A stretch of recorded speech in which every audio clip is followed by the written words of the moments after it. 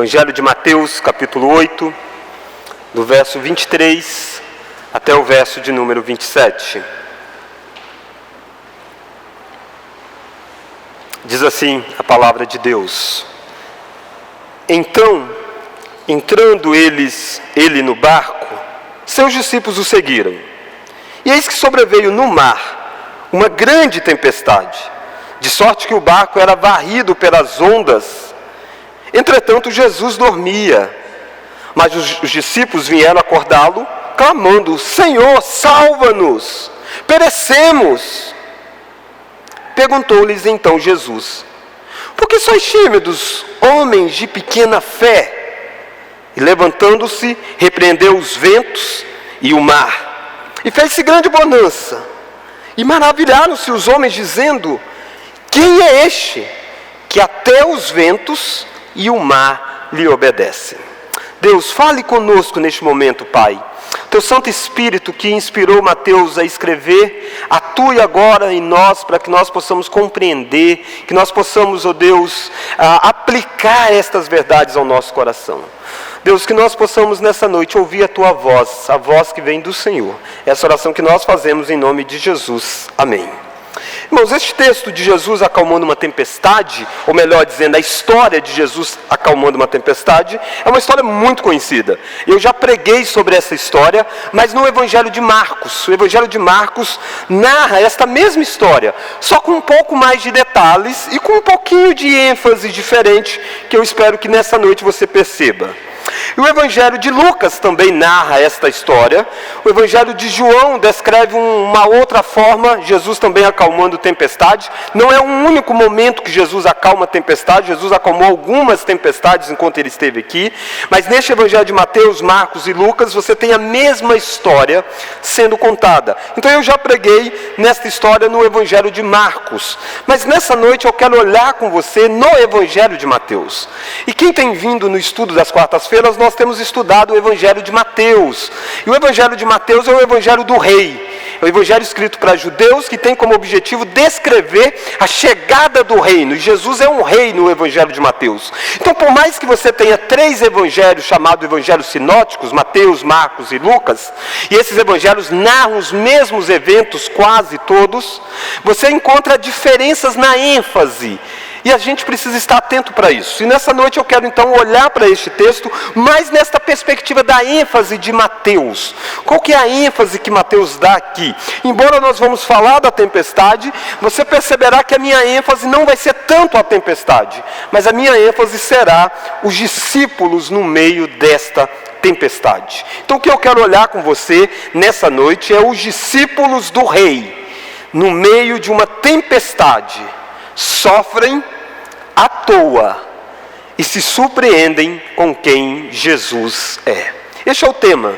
Se você pegar essa frase, você vai ter captado a ideia total do texto.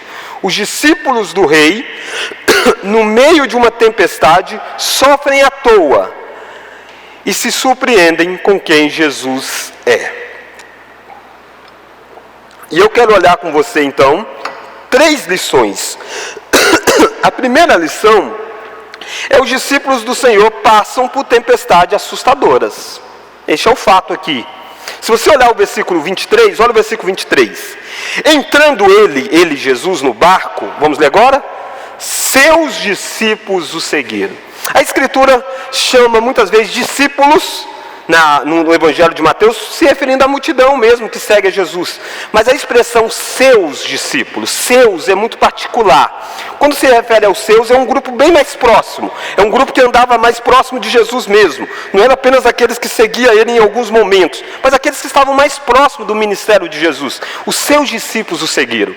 Percebe que Mateus está chamando a atenção por fato de que o rei tem os discípulos discípulos seguem este rei, e aí que você vai encontrar a tempestade. Por isso que a minha ênfase é dos discípulos do Senhor, dos discípulos do rei, no meio, passando por uma tempestade assustadora. Aliás, o tema discipulado está presente no Evangelho de Mateus, porque qual que é a história antes dessa? Olha como que Mateus arranjou o seu evangelho. Mateus que escreveu, e ele poderia colocar essas histórias com um objetivo. E olha lá o versículo 18 de Mateus 8. Vendo Jesus muita gente ao seu redor, ordenou que passasse para outra margem. Então aproximaram-se dele, um escriba disse-lhe, vamos ler?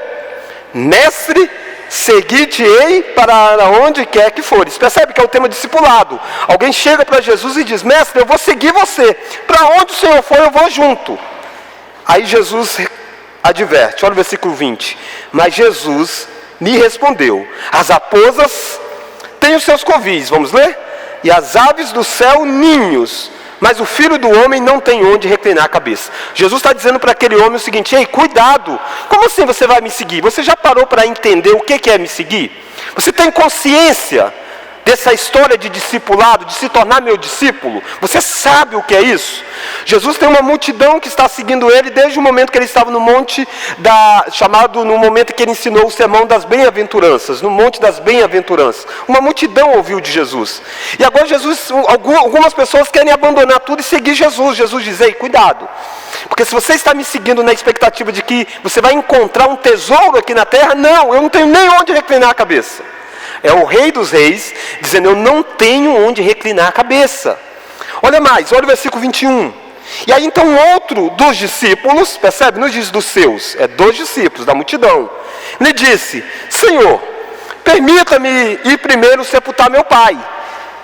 Isso aqui é uma questão cultural, o pai não estava morto, mas a ideia de que ele é o filho da casa que precisa cuidar da velhice do pai até o dia em que o pai morrer. Depois que o pai morrer, então ele vai tomar as decisões da vida.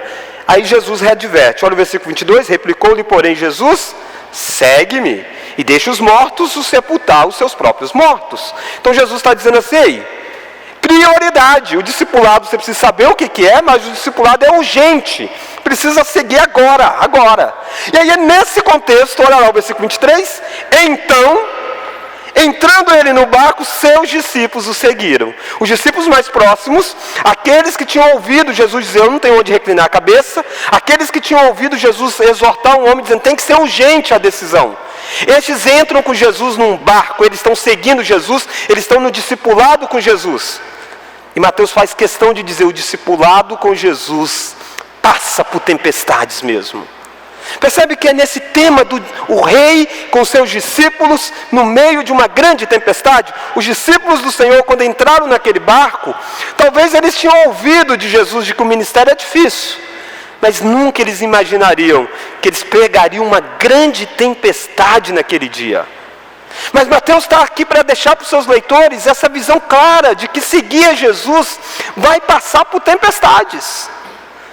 Afinal de contas, tem que ser uma decisão calculada, tem que ser uma decisão coerente, tem que ser uma decisão pensada. É a melhor decisão da vida, é urgente, você precisa fazer hoje.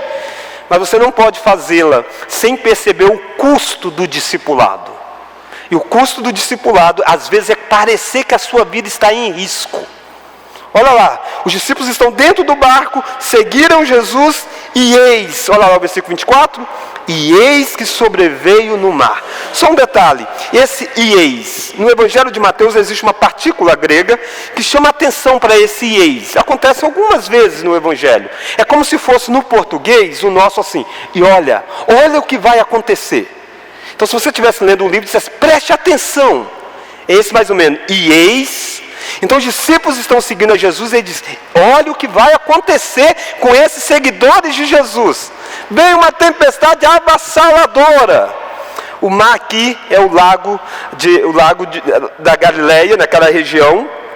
E aí então você percebe que a Escritura chama de mar, mas é um grande lago enorme, com as suas dimensões. E essa palavrinha, veio sobre o mar uma grande tempestade. No Evangelho de Mateus, existe uma palavra grega que é usada para terremoto. E essa mesma palavra, a palavra usada aí é a palavra seismos. Eu não estou dizendo que foi necessariamente um terremoto, porque essa palavra também significa uma catástrofe da natureza, e pode ter sido de fato uma tempestade. Mas é interessante que Mateus vai usá-la, por exemplo, quando Jesus vai morrer. Na ocasião da morte de Jesus, aí o texto diz, houve um grande terremoto, é a mesma palavra. Na ressurreição de Jesus, houve um grande terremoto, uma grande mexida. O fato é que isso que aconteceu foi algo assustador. assustador. E gerou uma grande tempestade neste mar da Galileia. Então percebe que é uma tempestade assustadora, porque o Evangelho de Mateus faz questão de descrever para nós. Olha lá o versículo de número 24. E eis que sobreveio no mar uma grande tempestade, um grande abalo. Algo aconteceu naquelas águas, de sorte que o barco era varrido pelas ondas. A ideia de varrido é que as águas começavam a passar meio que por cima mesmo.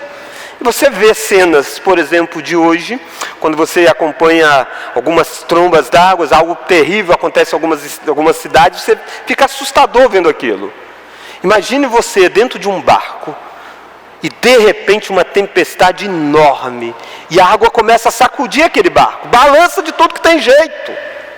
E causa medo, causa espanto, ao ponto daqueles homens chegarem para Jesus, um tanto quanto que assustados, dizer: Senhor, o Senhor não se importa que nós pereçamos, o Senhor não se importa que nós venhamos a morrer. Então esses homens estão assustados e é um risco de vida aqui. É um medo real, um medo de não chegar do outro lado, um medo de não ver mais alguns parentes, um medo de não ver mais alguns amigos, um medo de não ter o dia do amanhã. Eles estão assustados. E interessante perceber que este lugar que eles estão não é um lugar desconhecido para eles. Não é. Se você olhar para a vida dos discípulos, você vai encontrar que boa parte deles, ou alguns pelo menos, eram pescadores. Pedro era um pescador. Conhecia. Eles tinham navegado por este lugar há muito tempo. Eles eram acostumados, porque tinha algumas tempestades nessa região, por causa do relevo. Os montes em volta, vinham alguns ciclones de vento muito forte, e dava o mar agitava mesmo, a água agitava, o vento soprava forte. Mas isto aqui é algo assustador, é algo imaginável, é algo que coloca esses homens com medo. Percebe como que os discípulos do Senhor, na caminhada do discipulado, eles encontram uma tempestade assustadora. E é isso que eu quero que você entenda. Que você entrar na caminhada com Cristo, você entrar no discipulado com Cristo, consiste de você saber isso. Jesus não tem onde reclinar a cabeça. Jesus não tem aqui neste mundo uma vida tranquila para você. Ele pode levar você para um lugar que você vai pegar uma grande tempestade na sua vida. Ele disse isso: no mundo tereis aflições. Mas percebe que este que não tem onde reclinar a cabeça, que ele disse isso antes, no meio da grande tempestade ele está fazendo o quê? Dormindo. Ele não tem onde reclinar a cabeça no sentido de que ele não tem casa, ele não tem palácio, ele não é um rei físico. Mas este é aquele que na tempestade mais assustadora consegue dormir.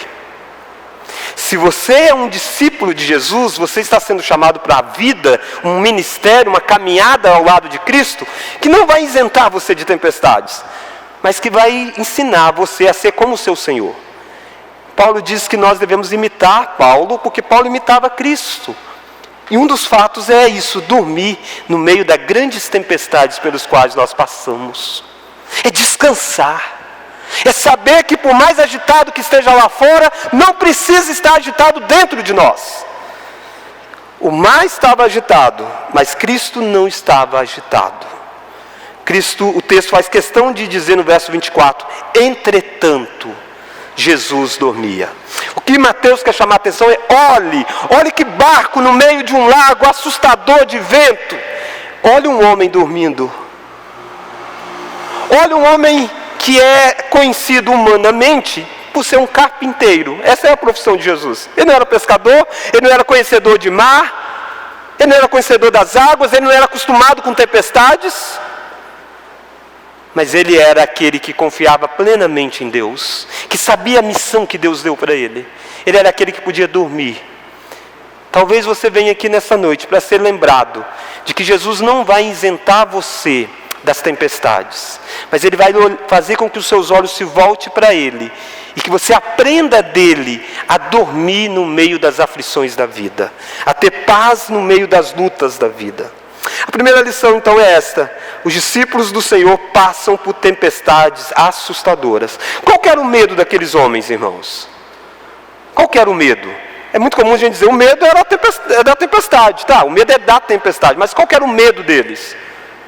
O medo deles era de morrer. É de morrer. Nós temos medo de muitas coisas ao nosso redor, Mas sabe que o grande medo da nossa vida é de morrer. Esse é o grande medo. Porque afinal de contas, esse é o inimigo de fato, que vem com várias formas. E aí você tem medo de uma série de circunstâncias. E esses homens estão com a vida em risco. O que eu quero que você entenda é que é uma tempestade dessa forma. Nós não estamos dizendo de uma coisinha qualquer. Nós estamos dizendo de coisa que era de vida ou morte. Os discípulos do Senhor passam por tempestades assustadoras. Segunda lição. Os discípulos do Senhor sofrem por terem pouca fé. Os discípulos do Senhor sofrem por terem pouca fé. A causa do sofrimento não é a tempestade. A causa última do sofrimento é pouca fé dos discípulos. Como assim, pastor? Olha comigo como que essa história vai se desenrolar. Por isso que eu estou dizendo, a minha ênfase é diferente daqueles outros sermões que eu preguei sobre a tempestade. Ela é voltada mais para a tempestade. Aqui eu estou focando nos discípulos. Porque Mateus faz isso. Olha Mateus 8. Olha lá o versículo 24. E eis que sobreveio no mar uma grande tempestade, de sorte que o barco era varrido pelas ondas. Entretanto, Jesus dormia. Vamos ler agora? Mas os discípulos vieram acordá-lo, clamando: Senhor, salva-nos, perecemos. Marcos faz questão de dizer que os discípulos falaram algo mais ou menos assim: Senhor, o Senhor não se importa que nós pereçamos? Aqui não é uma oração, porque você pode orar quando você está passando por uma tempestade, deve orar. Mas aqui é uma súplica de desespero, não uma súplica de confiança. É uma súplica dizendo: nós vamos morrer. Percebe, a tempestade é a mesma. Jesus dorme, os discípulos estão apavorados. A diferença de um para o outro é que Jesus é o verdadeiro Deus. E estes homens são homens como nós. E estes homens são chamados por Jesus de homens de pequena fé. Olha lá o versículo 26. Jesus então levanta, perguntou-lhe então Jesus: por que sois tímidos, homens de pequena fé?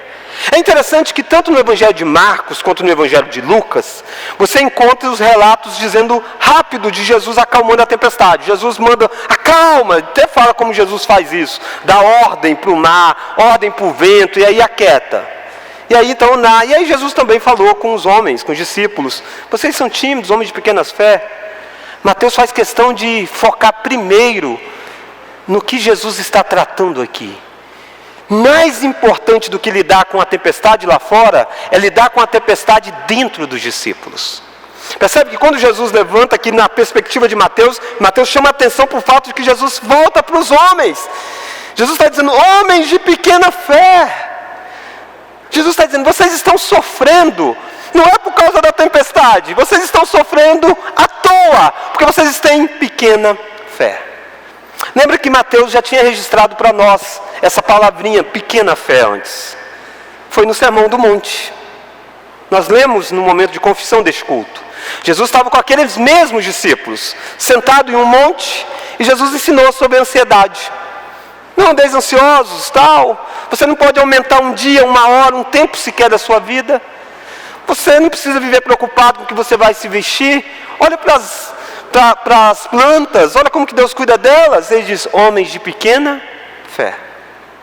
Percebe? Jesus já tinha dito que viver preocupado era ser homens de pequena fé.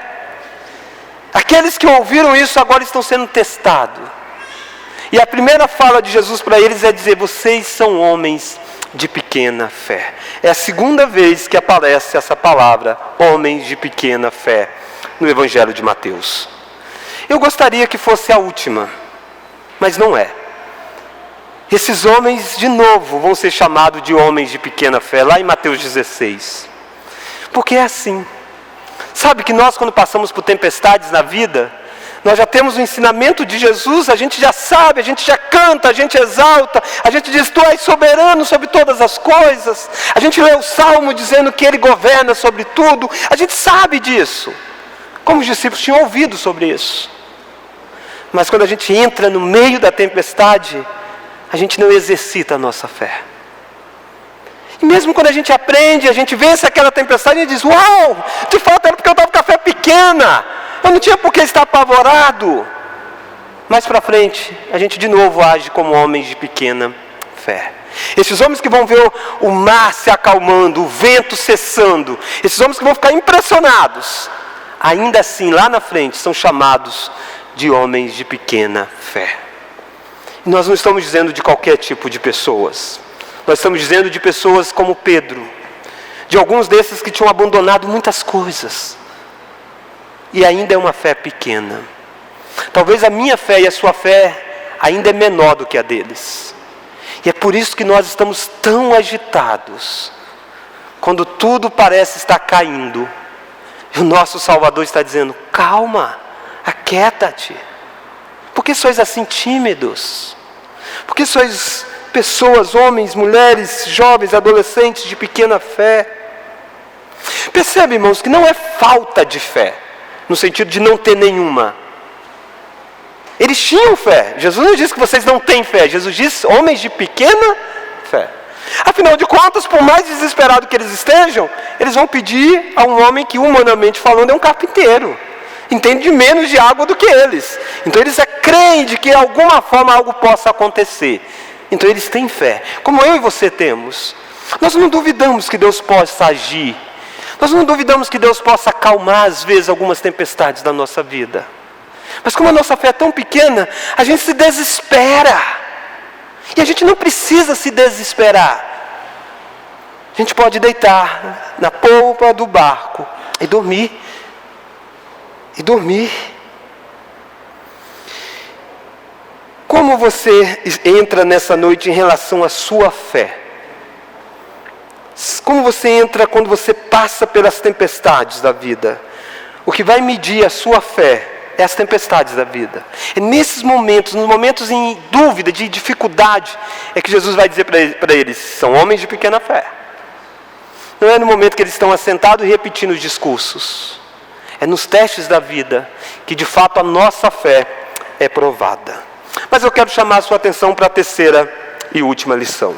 Nós estamos vendo o seguinte tema: os discípulos do rei os discípulos do rei, no meio de uma tempestade, sofrem à toa e se surpreendem com quem Jesus é. Nós já vimos os discípulos do Senhor passando por uma tempestade assustadora. Nós já vimos que os discípulos do Senhor sofrem por terem pouca fé. É por isso que eu disse que o sofrimento é à toa. Jesus está dizendo isso para eles.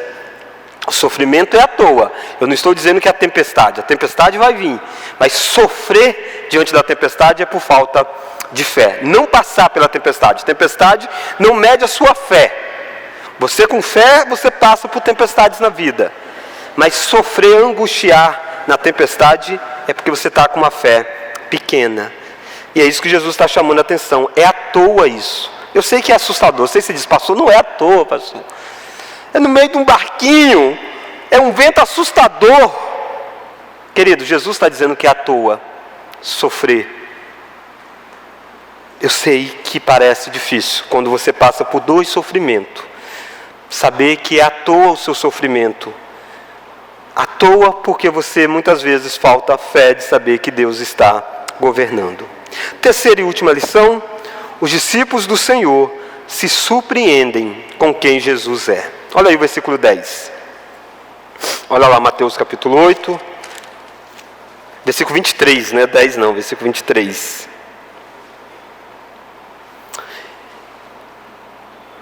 Então, vamos ler? Entrando ele no barco. Olha que é os seus discípulos, queridos. É por isso que é à toa todo o desespero deles. Porque olha o versículo 26. Perguntou-lhes então Jesus: por que sois assim tímidos, homens de pequena fé? E levantando-se, repreendeu os ventos e o mar, e fez-se grande bonança. Vamos ler agora?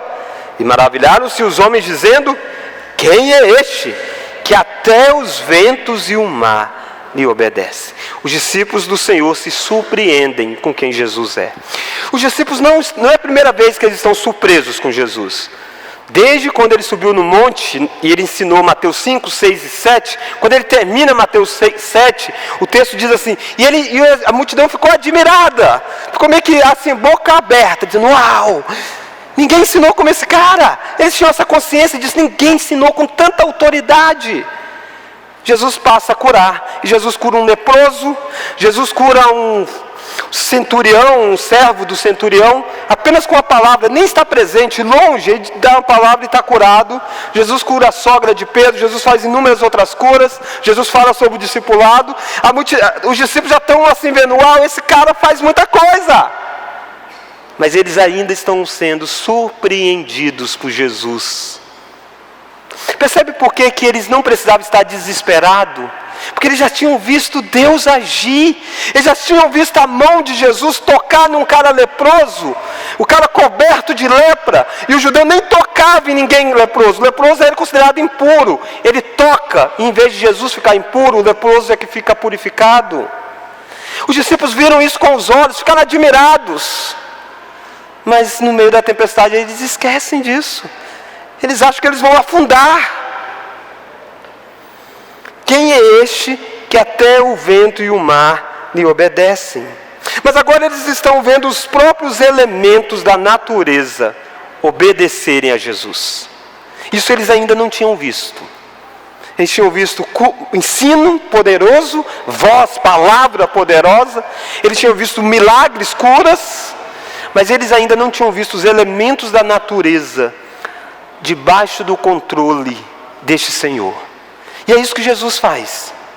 Percebe que o espanto deles é: quem é este que o vento e o mar lhe obedecem? Eles sabem do mar, como eu disse, da Galileia, eles sabem das tempestades, eles sabem que não é normal acontecer uma tempestade dessa. E outra coisa, não é normal uma tempestade cessar com alguém ordenando. Eles sabem disso. Eles estão admirados, dizendo: quem é esse que a voz dele determina o cessar do vento? Quem é este que a voz dele determina com que as águas se acalmem? Quem é este? Ele é aquele que tem poder sobre os poderes demoníacos. Os discípulos ainda vão ver isso mais à frente. Ele é aquele que tem poder inclusive sobre a morte. Ele vai ressuscitar uma pessoa. Ele é aquele que será partido na cruz do Calvário. Quem é este? Vai continuar surpreendendo aqueles homens, porque ele não é só aquele que controla a natureza. Ele é aquele que faz todas as coisas debaixo do governo dele. Quem é este? Irmãos, quem é esse Jesus que acalmou uma tempestade no mar revolto? Ele é o Deus homem. Esse texto está aqui para nos mostrar isso. Esse texto está para responder: quem é este? Este é o Deus homem. Por que ele é o Deus homem? Porque ele dorme. Deus não dorme. O Salmo diz que Deus não dorme. A natureza divina não precisa dormir, mas a natureza humana precisa. E Jesus era verdadeiramente homem. Para que o Salvador pudesse entrar na história e salvar a sua vida, ele tinha que ser verdadeiramente homem. Quem é este? Este que é alguém que é verdadeiramente homem. Ele é alguém que tem a mesma natureza que você tem. Ele é alguém que tem a mesma essência que você tem. A essência humana, naturalmente não pecaminosa como você tem, como eu tenho. Mas a essência humana ele tem a mesma. Ele se fez um de nós. E é por isso que ele dorme. Ele tinha tido um dia intenso, ele tinha ensinado, ele tinha curado, ele tinha cansaço físico, ele precisava descansar e ele descansa. Mas ele não é apenas um homem. Ele é Deus. E ele é Deus porque quando ele se levanta, a palavra dele faz coisas extraordinárias. Quem é este? Este é o Deus homem. Você precisa saber disso. Você precisa saber que o nosso Salvador é verdadeiramente homem e verdadeiramente Deus. Ele não é um homem apenas melhor do que você. Ele é o próprio Deus. Ele não é um Deus que não sabe o que é ser homem, que ele também é homem. Quem é este? Talvez isso ainda não estivesse claro para aqueles discípulos naquele momento. Que ele era homem e era Deus. Que ele é aquele que tinha criado como Deus, ele é aquele que tinha criado todas as coisas. Como Deus, ele é aquele que em Gênesis 1 diz assim: no princípio criou Deus todas as coisas. Deus estava lá. No princípio criou Deus os céus e a terra. Deus estava lá. Jesus estava lá. João disse que no princípio era o Verbo, e o Verbo estava com Deus, e o Verbo era Deus, e todas as coisas foram feitas por intermédio dele. Sabe, queridos, há muito tempo atrás, o lugar que veio a ser o Mar da Galileia tinha sido criado por Jesus. Jesus não está acalmando algo desconhecido dele. Aliás, a tempestade não foi algo assim, que de repente veio uma tempestade e aí Jesus teve que agir. Não, queridos. A Bíblia diz que Jesus é quem sustenta todas as coisas. Jesus é aquele que causou a própria tempestade. Em nenhum momento aquilo saiu do controle dele. Em nenhum momento as coisas saem do controle de Deus. Deus não é apenas aquele que visita você na sua tempestade. Ele é aquele que está no controle da sua tempestade. Ele é aquele que mesmo antes de você ver o agir dele, Ele está dominando ela. Ele está conduzindo ela. Quem é este que até os ventos e o mar lhe obedecem? Ele é aquele que é o cumprimento de todo o Antigo Testamento. Mateus foi escrito por judeus. Mateus foi escrito para mostrar que Jesus é o descendente de Abraão, o descendente de Davi. Quem é este? Os discípulos não sabem ainda que ele é aquele que todo o Antigo Testamento apontava para ele, que ele era o descendente da mulher que esmagaria a cabeça da serpente. Eles estavam admirados por Jesus, mas não sabiam ainda, estavam perguntando, quem é este? Eles ainda não tinham entendido plenamente que ele é o descendente de Abraão, que abençoaria o mundo. Que ele é o profeta maior que Moisés. Que ele é o descendente de Davi, que estabeleceria o reino para sempre. Que ele é o servo sofredor lá de Isaías. Que ele é a justiça nossa profetizada por Jeremias. Que ele é a rocha sobre a qual a igreja está edificada. Quem é este que até os ventos e o mar lhe obedecem? E a minha pergunta é, você se surpreende com Jesus ainda? Ele é o Cristo, o Filho de Deus vivo. Essa frase, quem é este? Permeia de certa forma o Evangelho de Mateus. Em um determinado momento, depois que essa tempestade passou, Jesus fez tantos milagres, ensinou muito. Aí teve um dia que Jesus chamou esse mesmo grupo de discípulos e perguntou assim, quem diz o povo ser o Filho do Homem? Aí uns falaram assim, eles dizem que é João Batista. Outros dizem que é um profeta. Aí Jesus perguntou assim, e vós, quem dizeis que eu sou? Percebe aquela pergunta lá que os discípulos fizeram, quem é este? Jesus está fazendo para aqueles discípulos, anos depois da sua peregrinação, anos depois da sua jornada, depois de ter ensinado, instruído. E Jesus está perguntando, quem sou eu? E aí Pedro diz, tu és o Cristo, o Filho do Deus vivo. Quem é este vai ser revelado lá na frente. Ele é o Cristo, o Filho de Deus vivo. Como Cristo significa que ele é ungido, que ele é todo o anúncio do Antigo Testamento, aquele que vai ter o tríplice ofício. Cristo é um título que Jesus tem e que traz consigo a ideia dos ofícios do Antigo Testamento. Quais são os ofícios do Antigo Testamento? Rei, profeta e sacerdote. Quando Pedro diz, tu és o Cristo, Pedro está dizendo, tu és o rei, o profeta e o sacerdote. É por isso que Jesus vai dizer, não foi carne e sangue que te revelaram, Pedro, foi o meu Pai. Meu Pai que te revelou. Como rei, Jesus é aquele que luta as nossas batalhas. Não apenas a tempestade da nossa vida, mas todas as batalhas pelas quais nós precisamos, é Ele quem luta por nós. É bom você saber quem é este. Este é aquele que luta a sua batalha. A Bíblia descreve que ele entrou, por exemplo, na casa do valente, que é o diabo, e amarrou o valente, saqueou o inferno, derrotou as hostes malignas. Quem é este? Este é o rei que luta a sua batalha, que venceu o acusador, aquele que acusava você diante de Deus. Jesus já o venceu. Ele é o profeta, como Cristo, ele também é o profeta. E o profeta é aquele que ensina a verdade. Por isso que Jesus vai dizer, conhecereis a verdade. Jesus vai dizer, eu sou o caminho, a verdade e a vida. Eu sou a verdade e a vida. Mas Jesus também é o sacerdote. Porque para a pessoa chegar diante de Deus, tinha que ter a culpa removida. Tinha que pagar pelos pecados. E aí levava para um sacerdote oferecer um sacrifício. Jesus é o sacerdote. Mas ele não é apenas um sacerdote. Ele é o sacerdote que se ofereceu. Ele é o sacerdote e a oferta ao mesmo tempo. Quem é este, irmãos, que o vento e o mar lhe obedecem? É o rei, o profeta e o sacerdote.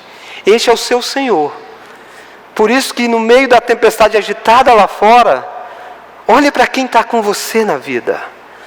Olha quem está no seu barco. Olha quem está com você na vida, na história.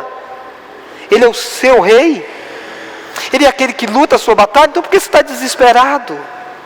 Ele é aquele que supre o que você precisa. O rei faz isso, conquista para você. Você é aquele que está perdido, sem saber onde caminhar, passo seguir, decisão tomar. Você tem um profeta que é Jesus para você.